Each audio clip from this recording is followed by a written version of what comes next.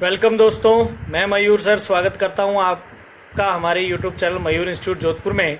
दोस्तों, आज हम क्लास 10 मैथमेटिक्स का चैप्टर नंबर 3 पॉलीनोमियल का पार्ट 3 करने जा रहे हैं। दोस्तों इससे पहले हमने पार्ट सेकंड और पार्ट फर्स्ट के वीडियोस हमारे चैनल पर डाल दिए हैं, जिनका लिंक आपको हमारे इस वीडियो के डिस्क्रिप्शन बॉक्स में मिल जाएगा, जहां से आप उन वीडियोस को भी देख सकते हैं। दोस्तों, अभी तक हमने पिछले 2 वीडियोस में बहुपद के बारे में काफ़ी डिटेल में पढ़ा है। दोस्तों, हमने चर, अचर, पद, बहुपद के प्रकार के बारे में पढ़ा। उसके बाद हमने बहुपद में शून्यांक क्या होते हैं इसके बारे में पढ़ा। फिर हमने शून्यांक और गुणांकों में संबंध तक लास्ट वीडियो में हमने पढ़ा है। आज हमारे टॉपिक रहेंगे दोस्तों, इसमें हमारा पहला टॉपिक होगा विभाजन एल्गोरिथम प्रमेय, जो कि क्लास 10th के लिए काफ़ी इंपॉर्टेंट है। इससे काफ़ी क्वेश्चन पूछे जाते हैं। इससे पहले दोस्तों, अगर आपने अभी तक हमारे चैनल को सब्सक्राइब नहीं किया है तो सबसे पहले हमारे चैनल को सब्सक्राइब करें, लाइक बटन पर क्लिक करें तथा हमारे वीडियोस को शेयर ज़रूर करें, ताकि आपके दोस्तों तक भी ये वीडियो पहुंच सके और उन्हें भी इस तरह के प्रश्न करने में, इस तरह के टॉपिक को समझने में मदद मिल सके। तो शुरू करते हैं दोस्तों, विभाजन एल्गोरिथम प्रमेय। विभाजन एल्गोरिथम प्रमेय क्या है दोस्तों? एक बहुपद को दूसरे बहुपद से भाग देने पर यदि शेषफल शून्य हो जाए या शेषफल की घात भाजक की घात से कम हो जाए तो हम भाग की प्रक्रिया को रोक देते हैं, जिसे आप भाग टूट जाना कहते हैं। तो इस विधि को ही विभाजन एल्गोरिथम प्रमेय या विधि कहते हैं। दोस्तों, विभाजन एल्गोरिथम प्रमेय को ही कलन विधि, ये इंपॉर्टेंट है, याद रखिएगा, कलन विधि और विभाजन एल्गोरिथम दोनों एक ही हैं। तो विभाजन एल्गोरिथम को ही कलन विधि कहते हैं। एक बार फिर रिपीट कर रहा हूं दोस्तों, विभाजन एल्गोरिथम क्या है? विभाजन एल्गोरिथम ये है कि एक बहुपद को अगर दूसरे बहुपद से भाग देते हैं और शेषफल 0 या शेषफल की घात भाजक की घात से कम हो जाती है तो इस प्रक्रिया को हम भाग रोक देना या टूट जाना कहते हैं, और इसी विधि को हम विभाजन एल्गोरिथम विधि या कलन विधि कहते हैं। ठीक है दोस्तों। अब दोस्तों, जब हम एक चीज बहुपद का दूसरे बहुपद में भाग देते हैं तो भाज्य, भाजक, भागफल और शेषफल में एक संबंध प्राप्त होता है, जिसको आप इस तरह से लिखते हैं, भाज्य इक्वल्स टू भाजक इंटू भागफल प्लस शेषफल।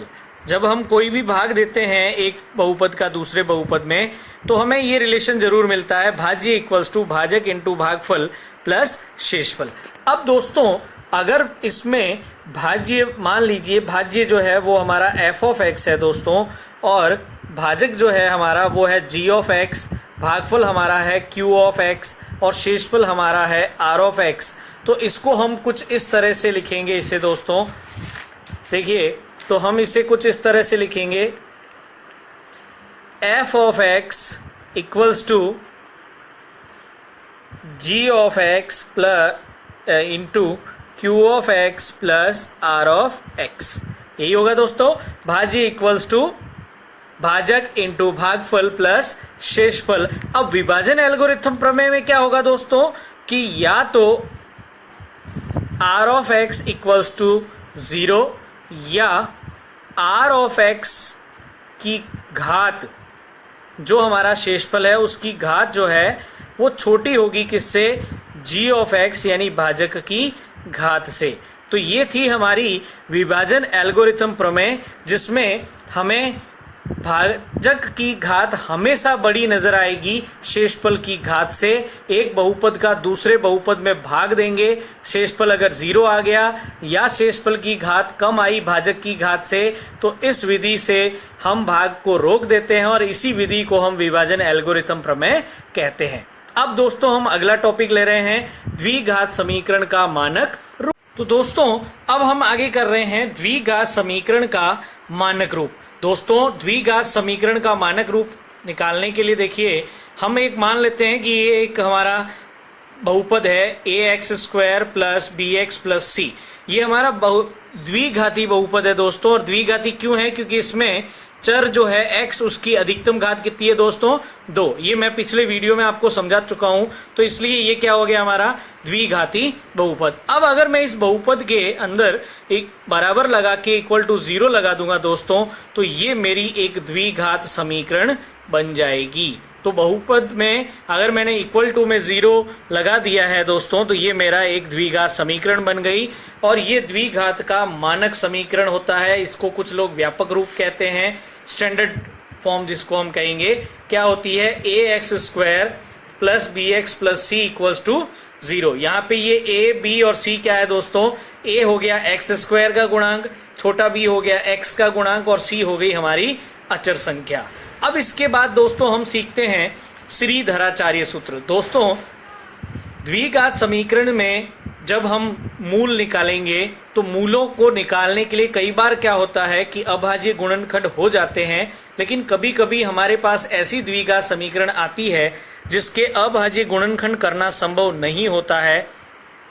तब हम गुणनखंड विधि से समीकरण को सरल न करके श्रीधराचार्य सूत्र से उस समीकरण को सरल करेंगे।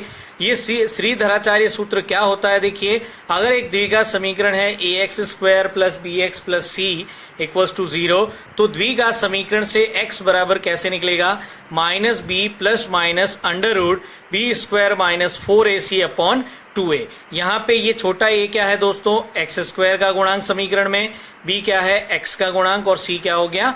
अचर। ये तीनों वैल्यू यहाँ रखेंगे तो हमें x के 2 मान मिल जाएंगे। उसके बाद है दोस्तों विभक्तिकार यानी डिस्क्रिमिनेंट। इस पे भी काफी बार क्वेश्चन आया है और ये इंपॉर्टेंट है दोस्तों।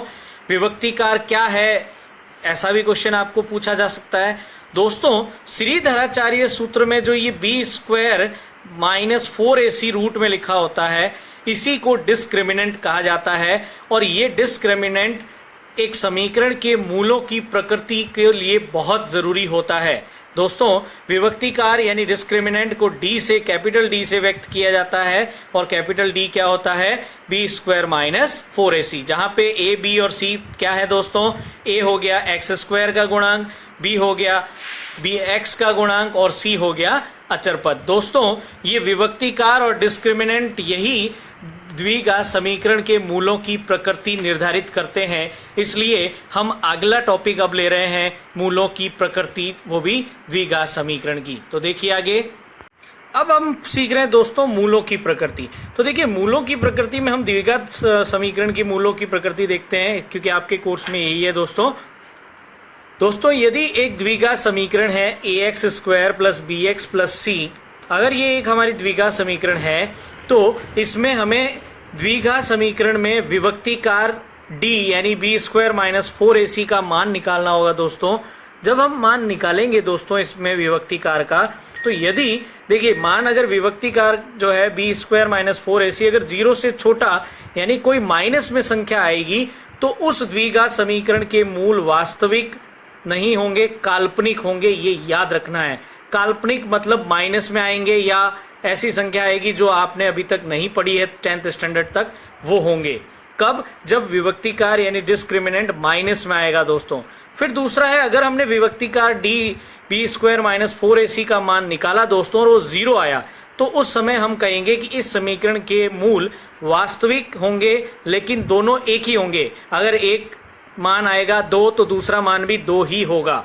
फिर तीसरा है दोस्तों, अगर विभक्तिकार d बराबर b² माइनस 4ac अगर हमने निकाला और वो 0 से बड़ा यानी कोई भी संख्या है, कोई भी नंबर आता है दोस्तों, तो उस समय हम कहेंगे कि इस समीकरण के मूल वास्तविक लेकिन अलग अलग, 2 अलग अलग संख्याएं आएगी। तो ये होता है विभक्तिकार से द्विघात समीकरण की मूलों की प्रकृति निकालना। दोस्तों हम अगला वीडियो जब करेंगे तो उसमें हम अब टॉपिक के क्वेश्चंस भी स्टार्ट करेंगे।